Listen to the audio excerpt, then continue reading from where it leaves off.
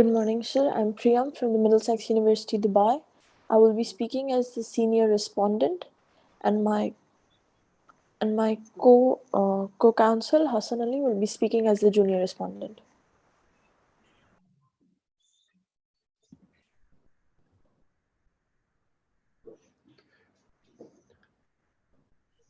What would be the division of time between both the councils? Sorry, Mr. Anand, I cannot hear you. Yeah, I just wanted to ask what would be the division of time between the councils actually? It's 45 minutes between both the senior appellant and their rebuttal, and from the appellant side and from the defendant side. Okay. Do you have any questions to ask before we proceed? No, we can proceed. Well, I will ask senior appellant to present their case. Good afternoon, Your Honors. My name is Aisha Bashir, the senior appellant representing Mr. Liat Payne. My co-counsel is Tasneem Hussain, the junior appellant for Mr. Liat Payne. We are representing Mr. Payne against Ms. Rani on appeal from the DEC. Your Honors, this is a case about a party who freely engaged in capricious speculation, a party who knew or ought to have known that letting a computer program commit her to an unlimited value of cryptocurrency purchase and having lost said money as a result of her largesse, now wants to void the contract whose formation she delegated to an algorithm. A case about a party who carelessly gambled and now wants to walk away from her losses by claiming she was mistaken when she speculated on a notoriously risky commodity. Ms. Rani is a sophisticated enough person to design an algorithm to trade for her, but now claims that she was not alive to the chance that the trading platform circumstances could change, resulting in her losses, and that this is sufficient to set aside the contract she is bound to. The case is simple. Just as contract law concepts of offer and acceptance are applied to algorithms, the common law concept that courts don't intervene to save parties from a bad bargain, either through errors of judgment or carelessness, applies. And that is the case here, a simple case of a bad bargain brought about by an algorithm due to the respondent's carelessness in its coding. The dispute before us, I will now relay the facts of the case to Your Honors. The parties to this dispute are both traders of cryptocurrency, which is the case that were brought and sold on a platform called Cleverty. The traders did not press buy and sell like you would usually when you're buying online. Instead, the traders had set up programs to buy and sell for them using algorithms so that purchases and sales would happen with no further human involvement. Ms. Razi had a program called Alpha, which bought Yapple, a cryptocurrency, at the best available price. Mr. Payne had a program called Beta, which sold cryptocurrency based on the average price on the platform, unless no one was selling, and then to sell it for a much higher price. On June 10th, a problem on the platform meant that for 30 minutes, the platform excluded all other traders except Ms. Razi and Mr. Payne. And as a result, Ms. Razi's program bought the only Yapple which available, which was Mr. Payne's program, selling it for 250 times the prevailing market price. These are the disputed trades, and both the parties were asleep at the time this happened. Our stance today, Your Honor, we will be arguing the trial judge erred in applying Al-Khurafi versus Bank Sarasin when saying that the DIFC had jurisdiction over the claim between Ms. Razi against Mr. Payne, and I will be arguing this stance, and my co-counsel will be arguing that the trial judge erred in concluding that it was sufficient for the purpose of satisfying Article 37(1)(b) of the DIFC contract law that Ms. Razi showed that a reasonable trader with knowledge of the circumstances surrounding the transaction would have concluded the disputed trade was the result of an error. Your Honors, we argue that the DIFC does not have jurisdiction over this case. Firstly, Your Honor, a node does not constitute a branch or in any form an extension of a legal entity to exercise exclusive jurisdiction. Your Honor, in the trial case, the judge in applying al-Khurafi had said that the DIFC would have exclusive jurisdiction. It was established in al-Khurafi versus Bank Sarasin that a branch was not a separate entity, but an extension of a legal entity. Therefore, the place of jurisdiction for proceeding to which the entity is a part shall include the extension. This is under the assumption that the entity will be sued or sue in that jurisdiction. In the Al-Khurafi versus Bank Sarasin case, claimant's contract was accepted within the DIFC. They had sent investment instructions to it, and they had communicated through the branch within the DIFC through telephone, email, and fax. The contracts were therefore partly or wholly performed within the DIFC. However, Your Honor, this principle shall not be applied to our case, where the entity did not have any branch within the jurisdiction. Clevity had no branch within DIFC. They had a node, which is akin to an infrastructural equipment, not an extension itself. You cannot expect to sue a node or be sued by a node because it does not exist at its own. A layperson would not see one and expect to have business communications with a node. It is merely something that exists on a server as infrastructure.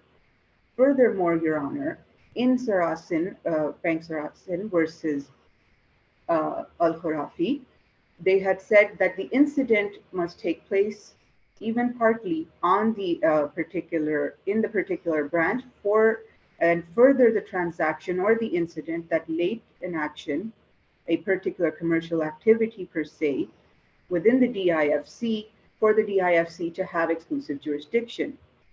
Your Honor, in our case, Clevity has hundreds of nodes all over the world. It would be impossible to determine that this particular node was the one where the transaction between Ms. Razi and Mr. Payne took place. The facts do not suggest that the transaction that was being disputed even partly took place on this node. Indeed, there is no way to ascertain where exactly it would take place, and to say that having a node and even a slight chance would then open up the jurisdictions all over the world where these nodes would be present, Your Honor. This would give rise to so many disputes in the jurisdictions and claims over jurisdictions. Further, Your Honor. Just one question.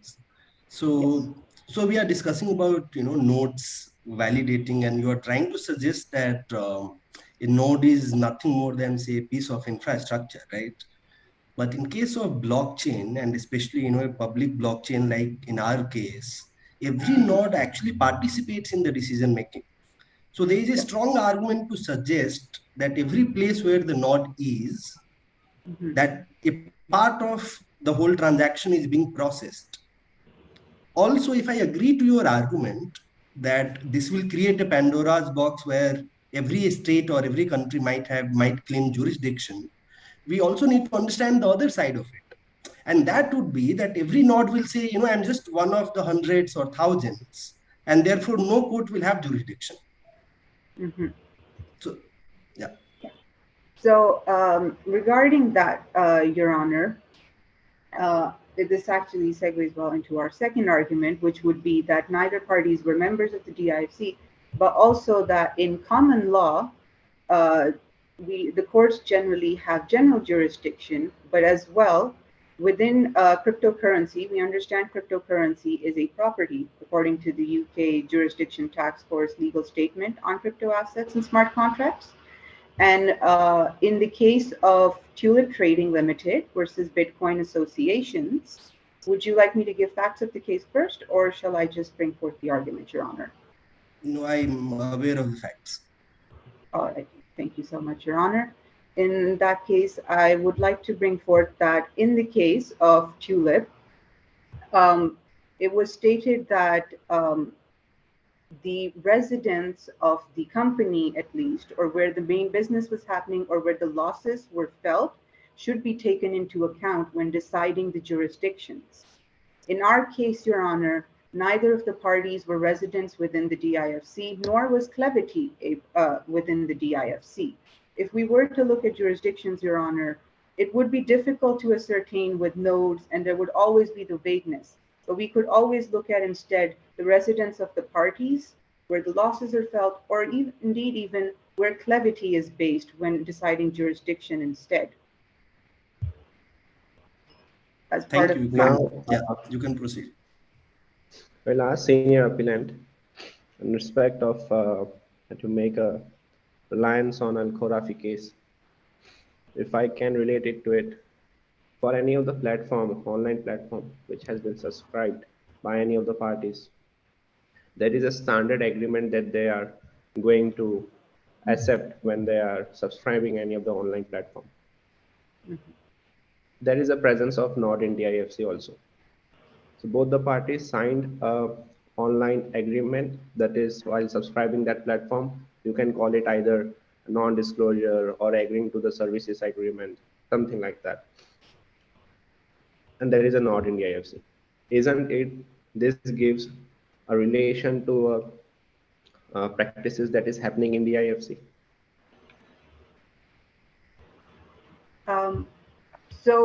Regarding that, Your Honor, neither parties were involved within the DIFC. They were not members of the DIFC. While a node being present there could suggest that there is some form of DIFC being involved in there, it is still a fact of the matter that the parties themselves were not within the territory, and nor were they citizens of the territory. Much like in a lot of common law courts, when we have general jurisdiction, they have the authority to hear to any extent that is given by the conditions and legislations, but if it does not involve within that area. For instance, in the case of Mansfield Poe versus Swan, would Your Honor like me to relay the facts of the case or jump to the argument? If I can relate it to para 64 of Al-Khurafi case, which says that the requirement that the transaction or incident shall be related to DIFC activities simply means that such incident or transaction should have been in furtherance of or as a result of a particular commercial activity carried on in the DIFC. It is clearly saying that related to DIFC activities. Now there is a presence of node in DIFC. Will this not give the jurisdiction, exclusive jurisdiction to DIFC? Given that if I apply FNC principle, okay, if I apply FNC principle, which says that, okay, the court can claim as a jurisdiction as a natural forum on the basis of justice, convenience, fairness, given that there is already a judgment from the first instance court, will DIFC appeal court saying that because in FNC principle, this is always on the defendant side to prove the jurisdiction, saying that which other court has a jurisdiction. But here it is, the burden is on the appellant who is challenging the jurisdiction. So the IFC can apply the FNC principle saying that we have exclusive jurisdiction on this case. There is a presence of node in the IFC, but there is no node in Oman. So how can you relate this? Your Honor, regarding that, our argument is that although Al-Khurafi does say that a transaction or incident related to DIFC activities can be any incident or transaction furthering or a result of a particular commercial activity carried on in the DIFC, our argument is that the simple presence of a node is too vague to suggest that a commercial activity was carried out in the DIFC, because due to 100 nodes and from understanding the nature of nodes, it is difficult to ascertain that this particular node is where this commercial activity or even the update which caused the glitch took place, which would then further or result in this commercial activity for the DIFC or the incident itself, and thus saying that it was related to DIFC activity.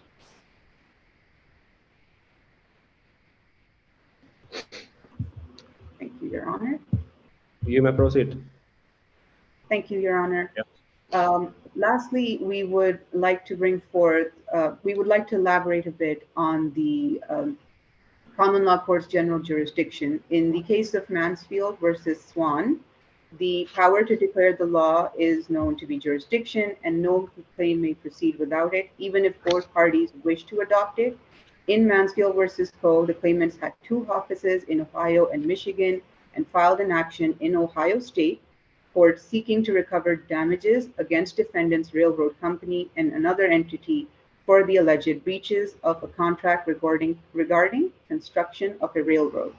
Claiming the partners were not citizens of Ohio, the railroad company requested that the case be transferred from state court to federal court. In its ruling, the court found that the federal circuit court lacked jurisdiction in the case because the railroad company was not entitled to removal because in the railroad company's pleadings, they did not affirmatively state the citizenship of one of its partners. According to the removal petition, that the partner and railroad companies were citizens of the same state at the time of action was first brought to the same court. It did not affirmatively appear that he was a citizen of any other state at the time of the removal. Similarly, in our case, Mr. Payne and Ms. Rani are both not members of the DIFC, nor do they reside within the DIFC. Hence, the DIFC jurisdiction does not apply. Firstly, only one of the nodes was present within the DIFC. The platform for Cleverty, however, uses distributed ledgers across a network hosted over hundreds of nodes in many countries across the world. A node is a component required by most cryptocurrencies, as we've established already, and one such node happened to be in the DIFC. However, there are still hundreds more located across the world. And on the facts of the case, it is difficult, if not impossible, to prove that the transaction did take place on this particular node, and that the transaction in glitch may have occurred here. As both parties are also not citizens, do not reside in any way in the DIFC, we feel that, like that case, the jurisdiction does not apply. To conclude, Your Honors, we plead before you to hold a decision in the Court of Appeal and overrule the decision made in the Court of First Instance. Thank you.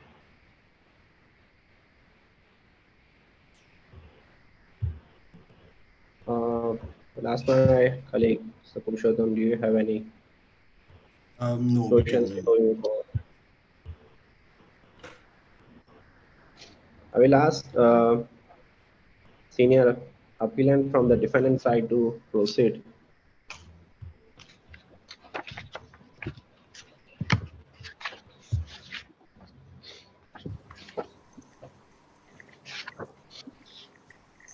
Good evening, good morning to the Honorable Bench. If it may please, the Council seeks permission to address the bench as Your Lordship. Yeah, proceed. Granted. Much obliged. The Council is appearing before the Honorable Court in the matter of Ms. Rosrani, the respondent, and Ms. Leith Payne, the appellant, on behalf of the respondents in response to the appeal filed under the Court of Dubai International Financial Center. Your Lordship, the issues involved here are: Cleverty underwent a routine upgrade where they wrongly excluded from the market users who had less than $200,000 as margin in their accounts rather than $50,000. For 30 minutes before the glitch was detected and rectified, only Mr. Payne and Ms. Razi were able to trade.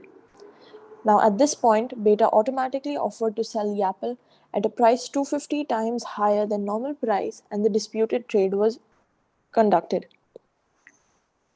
All this took place at a time when both Mr. Razi and Miss Razi and Mr. Payne were asleep and unaware of the unusual changes.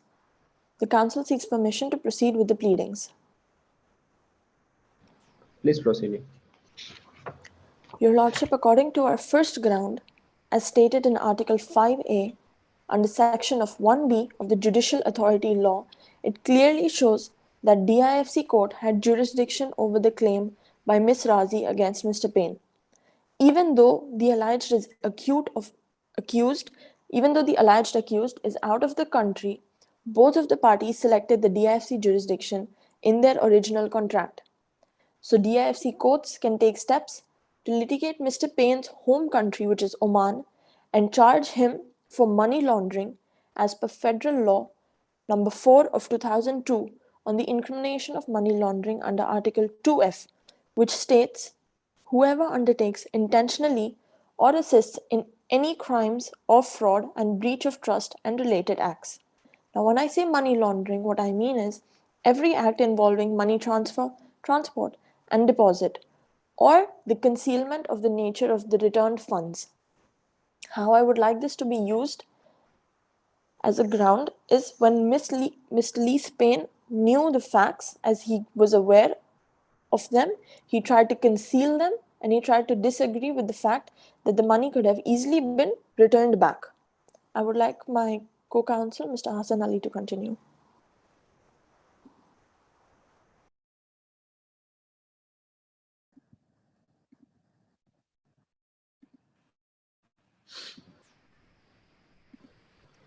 The council seeks permission to proceed with the second hearings. Please proceed. Just a little louder. Sure. Under Article 37, Section 1A of the DIFC contract law, it supports the argument that the accused is a reasonable trader with knowledge of the circumstances surrounding the transaction and could have predicted and avoided the error which caused a dispute trade. Mr. Payne created his program to take advantage of such situations. This was not a relevant mistake.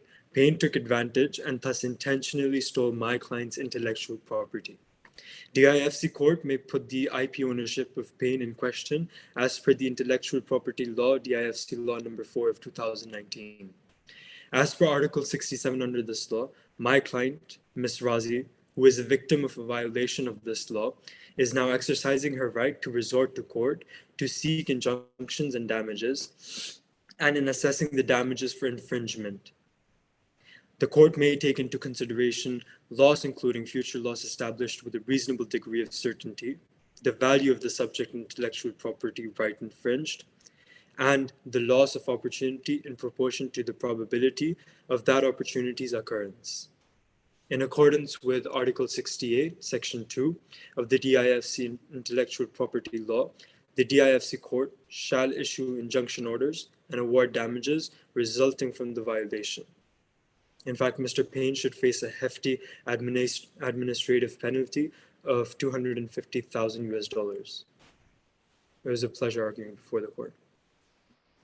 I'll ask co-counsel to throw some light on why there was no precaution taken from the side of Ms. Payne, Razi, at the time when she was, using some platform which is unprecedented. So there should be some filters that has to be used. You never know that what's going to happen. You have 250,000 in your pocket.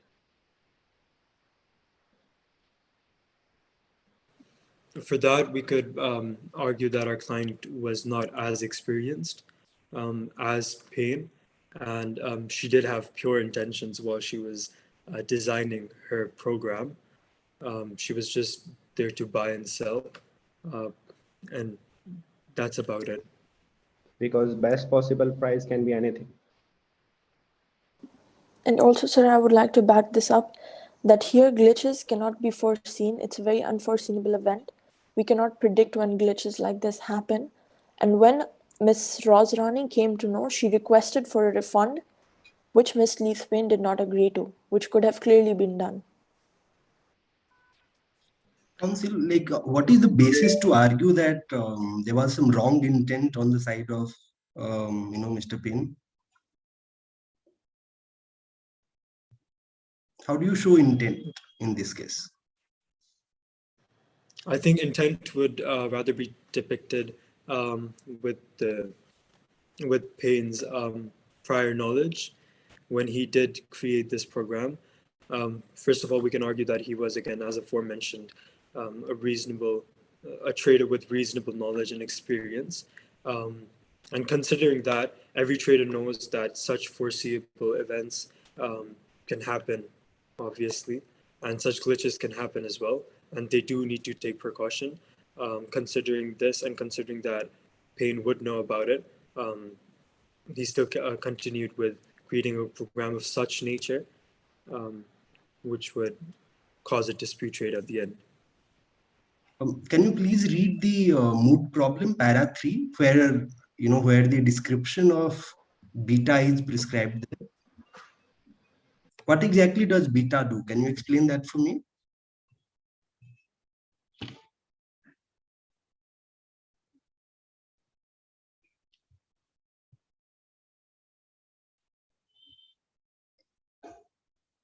They both undertake algorithm trading through their platforms. But here, what we're trying to say is that when Miss Leith-Payne came to know, when Miss Leith-Payne designed his software, his program, he had known that glitches like this may happen, but he still went ahead letting it happen. He could have not let No, it but happen. how does that establish any wrong intent on the part of Mr. Payne? That is my question, right? Because Sorry to interrupt, Mr. Purushottam. I would like to add something here because yeah, co-counsel said that senior counsel said that the exception like glitches might not be known whether it is happening or not. How come Payne will know that this glitches will happen? correct. Thank you. Well, again, our argument to back that up is the same. It's the fact that he's an experienced trader with a reasonable amount of knowledge. And So is that supported by the facts? Like, how do you distinguish? Does the fact say anything about which side is more experienced and which one is less experienced in trade?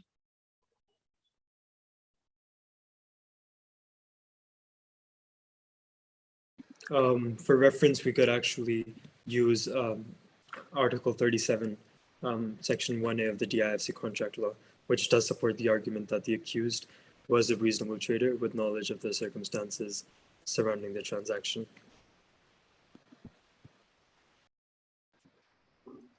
I will ask either co-counsel or senior counsel, this AI machine algorithm, will you consider this as the agent acting on behalf of parties, or will you consider this as a mere machines? I would consider this as an agent acting on the parties because they were the ones who created it. So if they created an algorithm and you consider that algorithm as an agent who is acting on behalf of the parties, but it has monotonous application, no mind of their own. So would you consider this contract voidable? Because when the contract was entered, there was no presence of mind. But so when the softwares were created, both the parties had their presence of mind when they created it. So they they knew what created they with were the best creating. possible price. Sorry, I didn't get that. There was an intention and they created with the best possible price.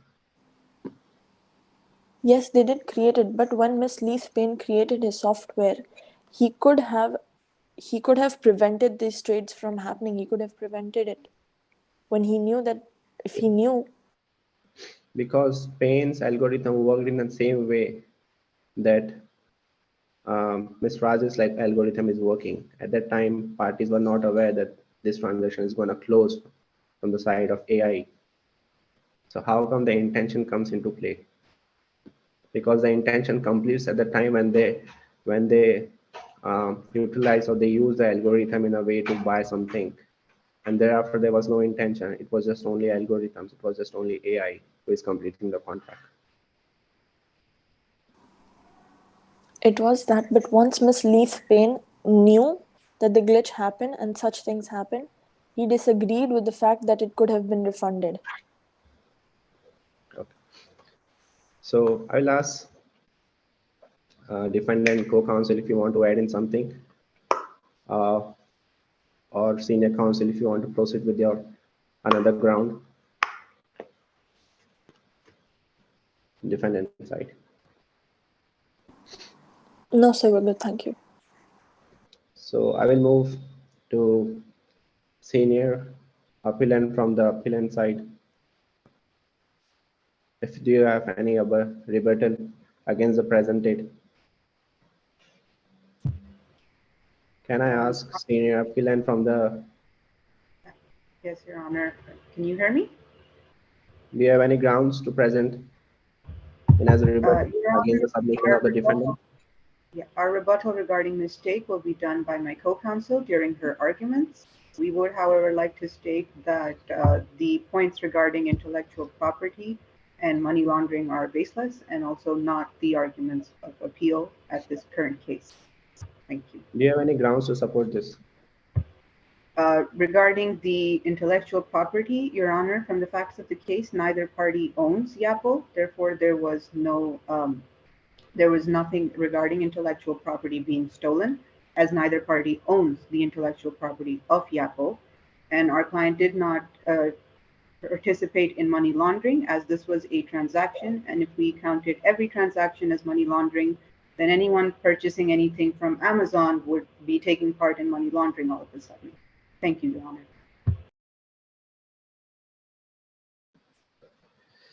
I will ask junior counsel to proceed from the appellant side.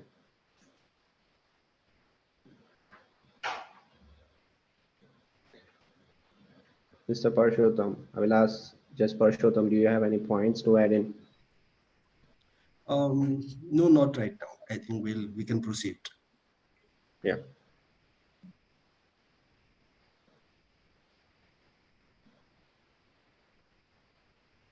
Junior counsel from the appellant side.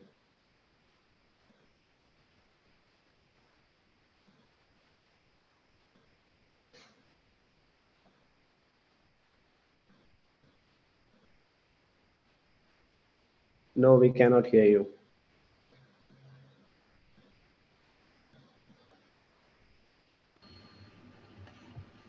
I'll request the host to help out the junior counsel.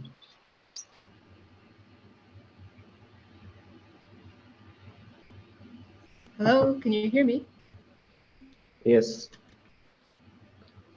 Can you hear me now? we can hear you. Okay. Okay, that's much better. So sorry, I'm so sorry for that. Good afternoon or good morning, Your Honors. My name is Tasneem Ilyas Hussain. I'm the junior appellant representing Mr. Leith Payne, and I will be dealing with the second issue before the court. And the question is, did the first instance court err in concluding that for the purpose of a claim to avoid a disputed trade, it was sufficient for the purposes of satisfying Article 37(1)(a) of the DIFC contract law that Ms. Razi show that a reasonable trader with knowledge of the circumstances surrounding the transaction would have concluded that a dispute trade was a result of error. I will argue that there is no mistake at common law or in equity, and I will argue this based on the contract law DIFC number 6, 2004, articles 37(1) and 37(2), respectively.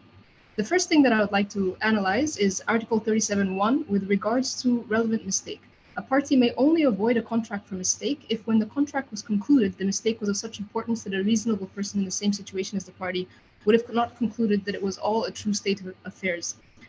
Before I jump into this, I just wanted to clarify one thing. I think this was also part of the discussion earlier as to the contract and the validity of the contract and whether algorithm contracts can actually be formed.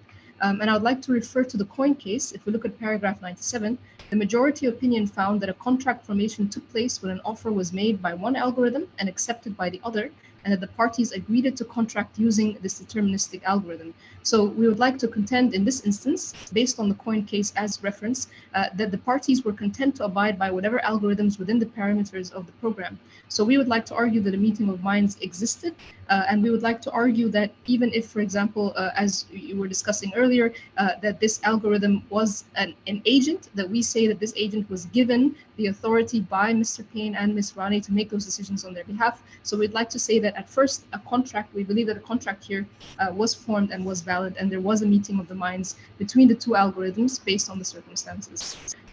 The next thing I'd like to look at is the doctrine of mistakes. So if we look at the unilateral mistakes at both common law or in equity, the former requires proof that the non-mistaken party had actual knowledge of the mistake at that time, and the latter requires constructive knowledge, but also, more importantly, an element of unconscionability. And this is what we would like to analyze.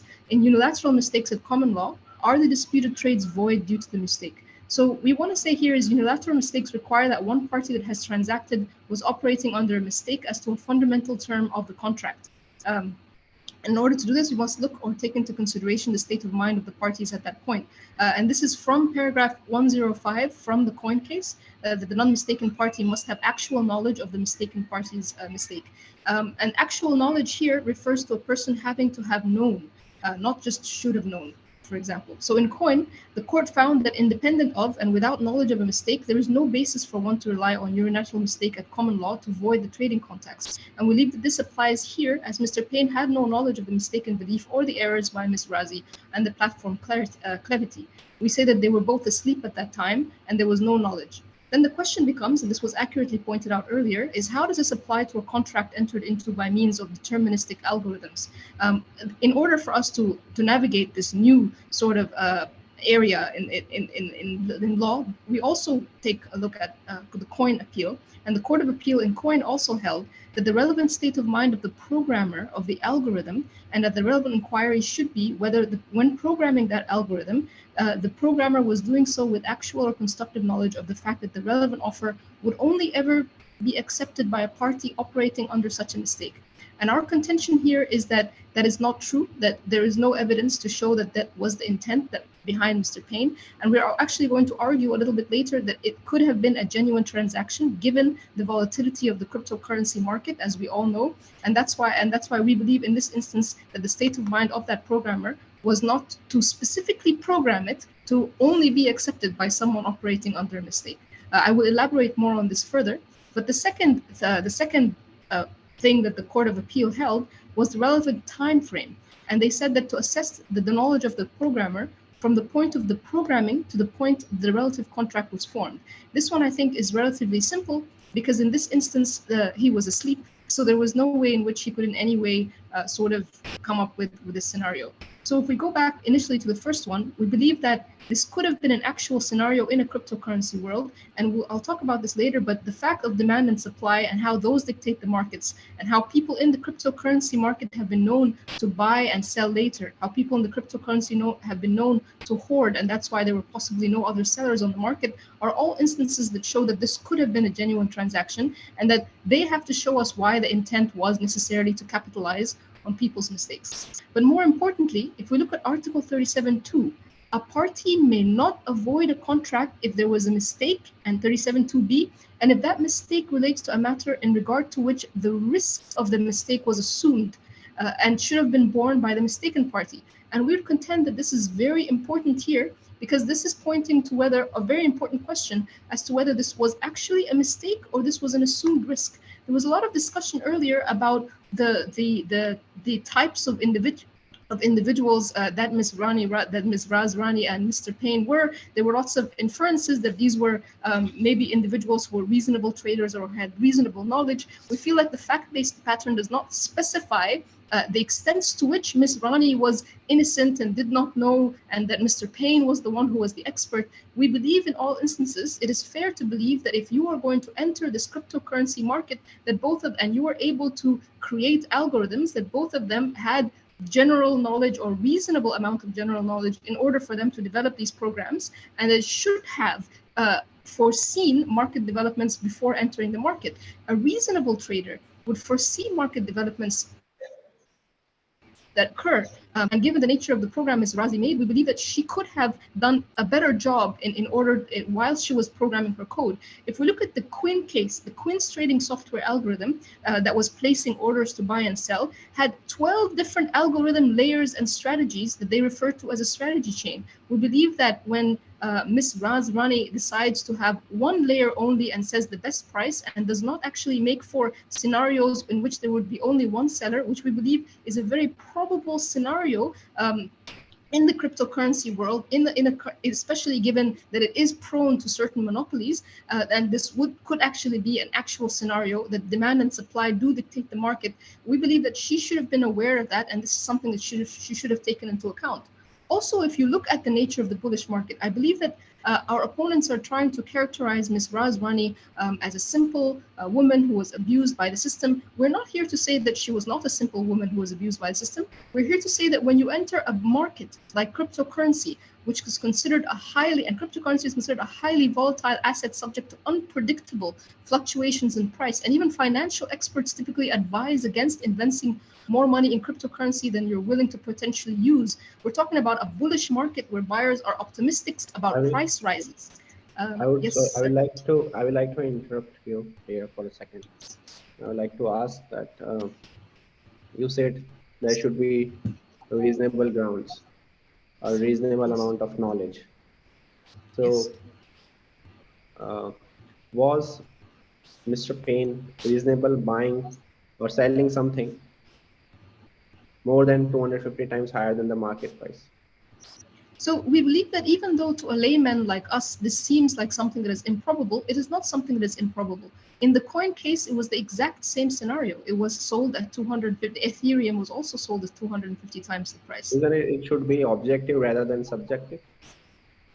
Yes, but if we look at objectively, a reasonable person or reasonable trader who is looking at the cryptocurrency market, these are fluctuations that could be predicted. And we believe that she should have at least capped the amount of spending that she would allow her algorithm to buy if this was a concern that should have been foreseen, which I believe is foreseeable.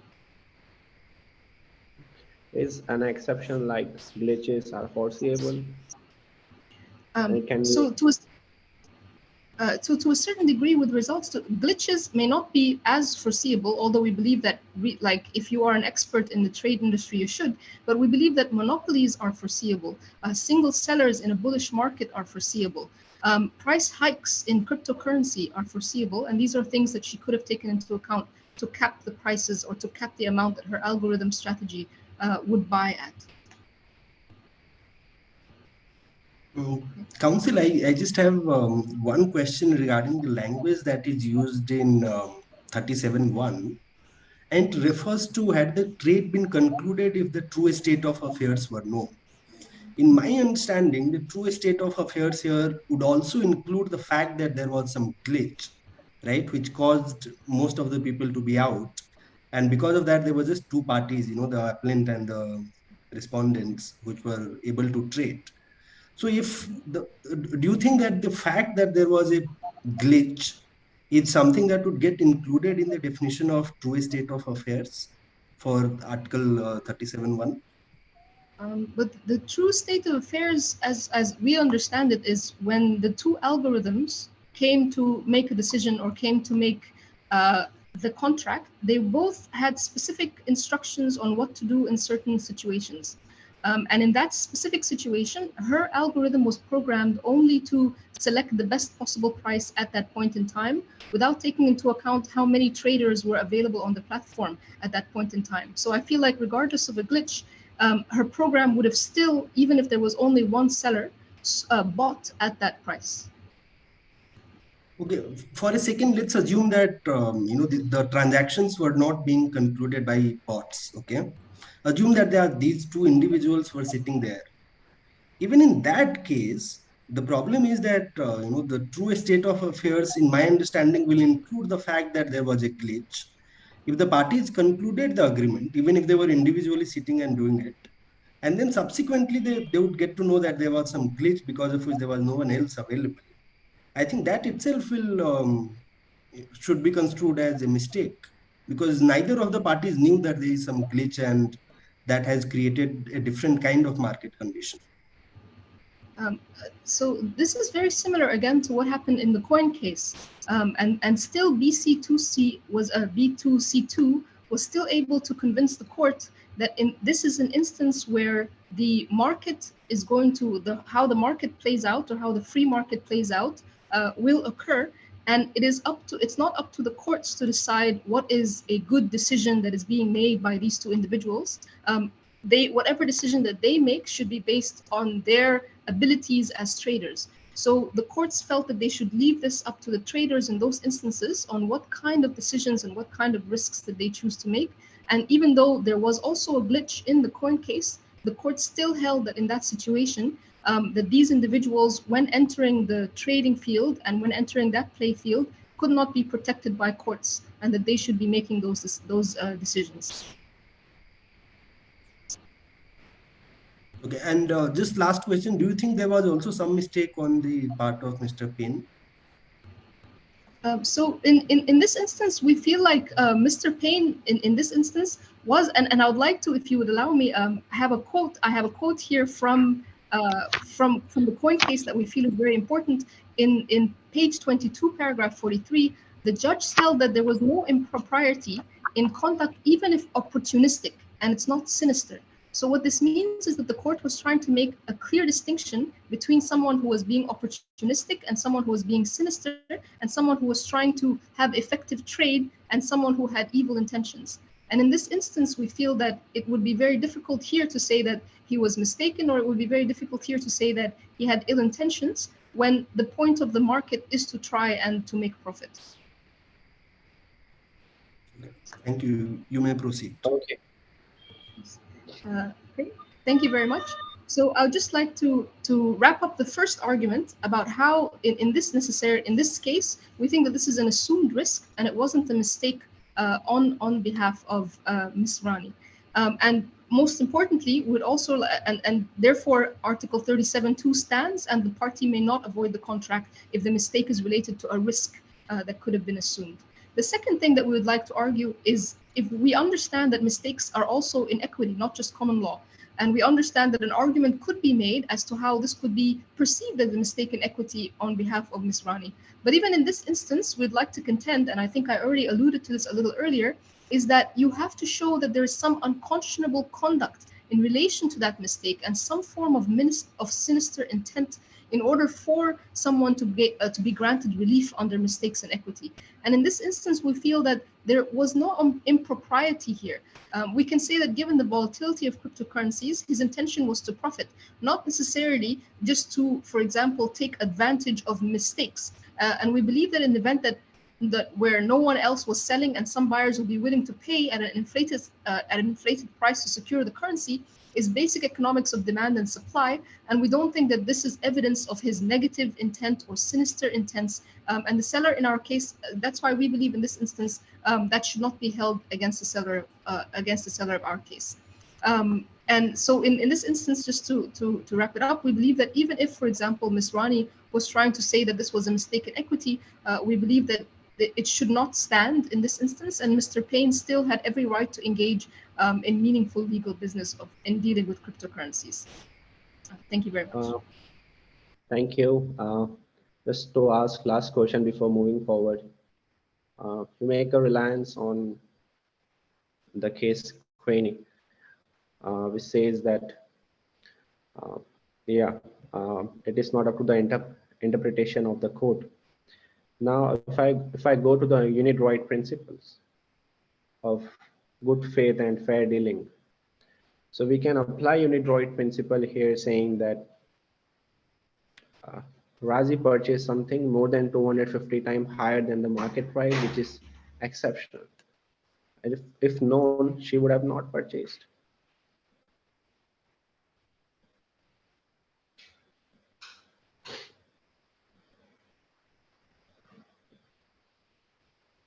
We cannot hear you. You are on mute.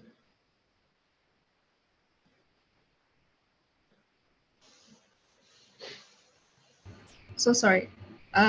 So in this instance, again, I think that we need to clarify the distinction between a bad bargain that was brought about by an algorithm that was not coded in a way that it should have been, or it was a carelessness in a coding done by Ms. Razi.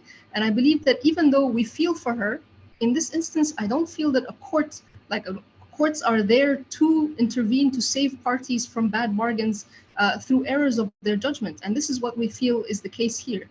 We don't feel that this is a case of bad faith. We feel that this is a case of an individual who was perhaps not prepared to deal in cryptocurrency, but decided to trade in cryptocurrency and lost money that she couldn't spare in this instance. Okay. Last Judge Purushottam, do you have any further points to add? No. So we'll move to defendants, junior counsel, to present their facts.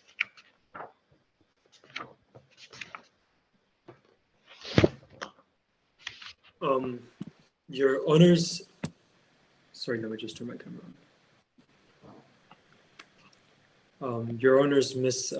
Bashir mentioned earlier that, simply put, intellectual property has nothing to do with cryptocurrency.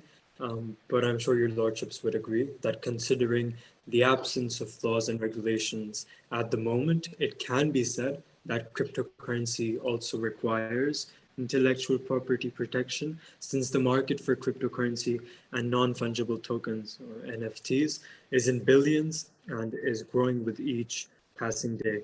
Now, with this being said, I still stand by what I said earlier. DIFC court should put the intellectual property ownership of pain in question as per the intellectual property law, DIFC law number 4 of 2019.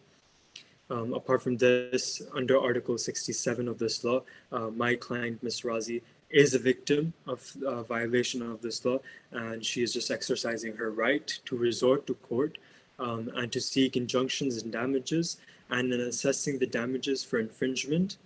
And it is the court's duty to take into consideration loss, including future loss established with a reasonable degree of certainty, and the value of the subject intellectual property right infringed, and the loss of opportunity in proportion to the probability of that opportunity's occurrence. Moreover, in accordance with Article 68, Section 2 of the DIFC Intellectual Property Law, the DIFC Court shall issue injunction orders and award damages resulting from the violation.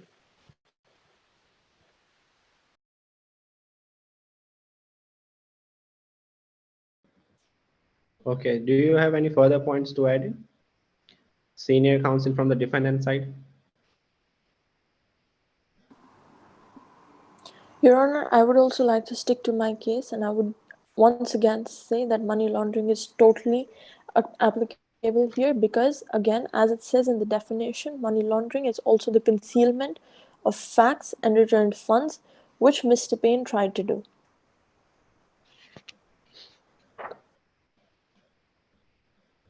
Okay, so I will ask my colleague Judge Purushottam, do you have any points to add so we move forward and conclude this Yeah, we can today's move Moot further. process? Okay, so thank you so much, senior appellant, junior appellant from the appellant side and from the defendant side as well. We appreciate all the research that you have undertaken and all the efforts with your interpretation skills, and it's really commendable. And I hope that you will see you in future in the court. And all the best. Thank you so much, Thank Your you so Honor. much. Yeah. Thank you, Your Thank you. Honor. Thank you, Thank you. Judge Purushottam. I will see you in the judges room. Sure. See Yeah, I you. will Thank join you you. all. Bye. Your Honor, could we leave?